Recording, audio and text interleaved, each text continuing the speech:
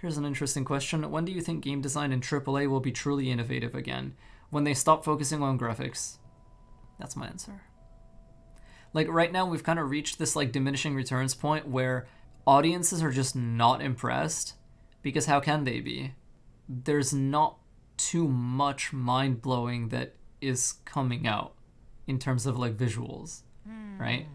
We need other interesting like developments. So for example, the PS5 controller is a great example of that. The first time you try it with a game that actually supports the adaptive triggers and like the unique like vibration and stuff, fucking hell, I've never experienced anything like this before. That is a game changer. That is an industry changer. Is it a big one? No, probably not. But it is very noticeable, and when you feel it, it's like a totally new layer of immersion that you've never felt before. My first time trying it was in Far Cry 6 and in Deathloop, and now more and more PC games are supporting it as well, which is amazing. Because you can just buy the controller, you don't have to buy like a $600 console or whatever the fuck, and just enjoy the functions on a PC you probably already have. So that's really nice. That's one example. But I mean, another example would be AI. I think AI consumes a completely unbelievable amount of system resources in games. Like, the reason why some games are able to run at like insanely good frame rates on consoles, like for example, Metroid Dread is 60 FPS on Switch most of the time. Resident Evil games are 60 FPS on consoles most of the time. Why? Because there's not a lot of AI going on in those games. Conversely, take for example, I don't know, a game like AC Unity that has fucking AI all over the place, or a game like Grand Theft Auto that has AI all over the place. You are never ever going to get 60 FPS on those games on a console. And probably not on weaker computers either, because there's just so much AI. AI consumes a lot of system resources. You know what else consumes a lot of system resources? Graphics. So what I kind of want to see games do is like pay less attention to graphics and pay more attention to AI. Now granted, it's not a simple equation. It's not a simple transaction. You can't just be like, oh, just take the resources that you would spend on graphics and spend them on AI. It doesn't really work like that, because they consume different parts of the CPU and different parts of the GPU. But there is some overlap, so you can do a little bit. And that's basically what I want to see. Like, more done with AI and more done with sound. Like, more done with audio. So for example, like Thief, right? Like the old school Thief games have some of the most advanced audio engineering I've ever heard in a game ever. Another great game that has amazing audio engineering is Hunt Showdown. I believe SkillUp has a great video on that, and I think so does Super Bunny Hop, so check out both of those. Just to get a good idea of how sick the sound design is in Hunt Showdown. But Hunt Showdown is an extremely niche game that like nobody plays, so most people aren't even aware of that. It's also very hostile to new players. Hunt Showdown is one of those games where like you play it, you have to be willing to fucking get owned 100 games in a row before you even win one. That's how hostile it is to a new player. Like, you really have to put up with it. But if you do, there's something truly unique there. And yeah, the sound design and the immersion is like off the wall. What else might I talk about?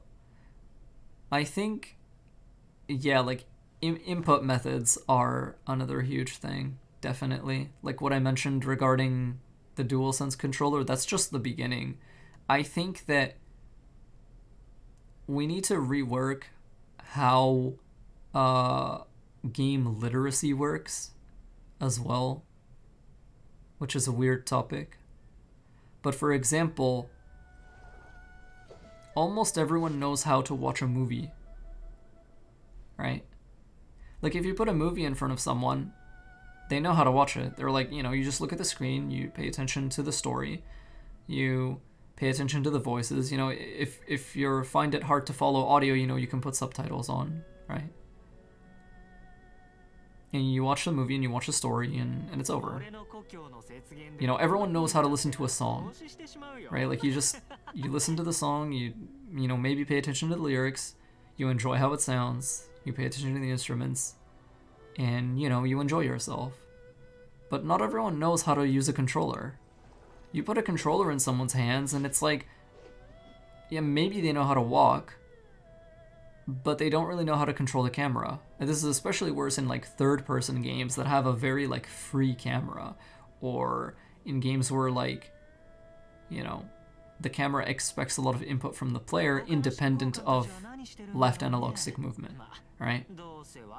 In fact, that's why a lot of gamers, when they're starting out, when they've never played a game before, actually find it easier to game on PC.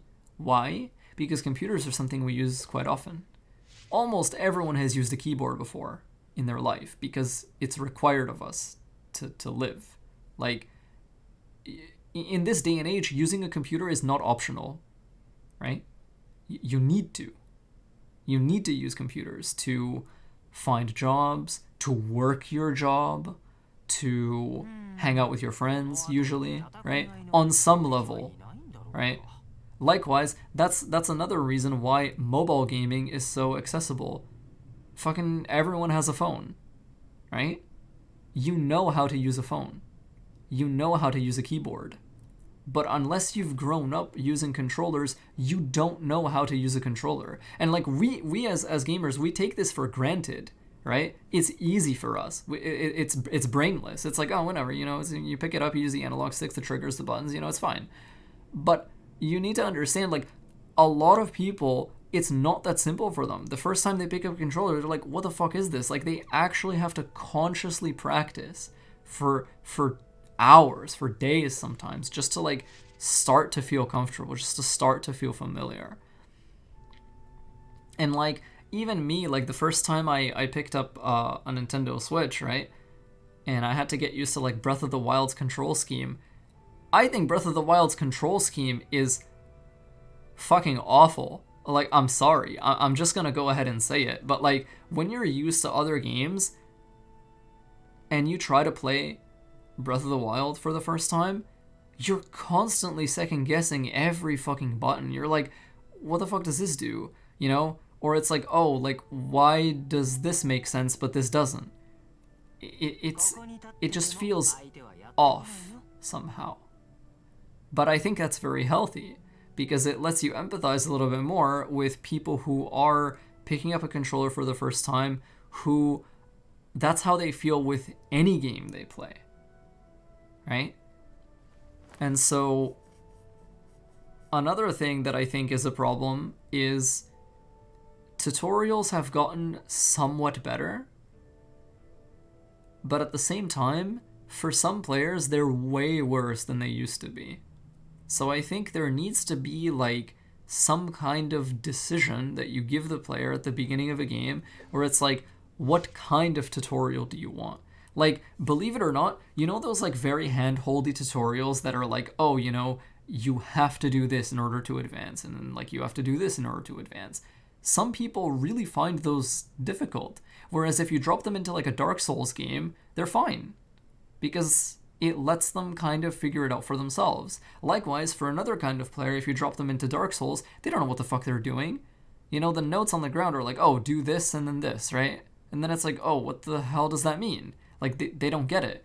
The point I'm trying to make is, like, different people require different approaches to learning. And so that, to me, is a game design innovation as well.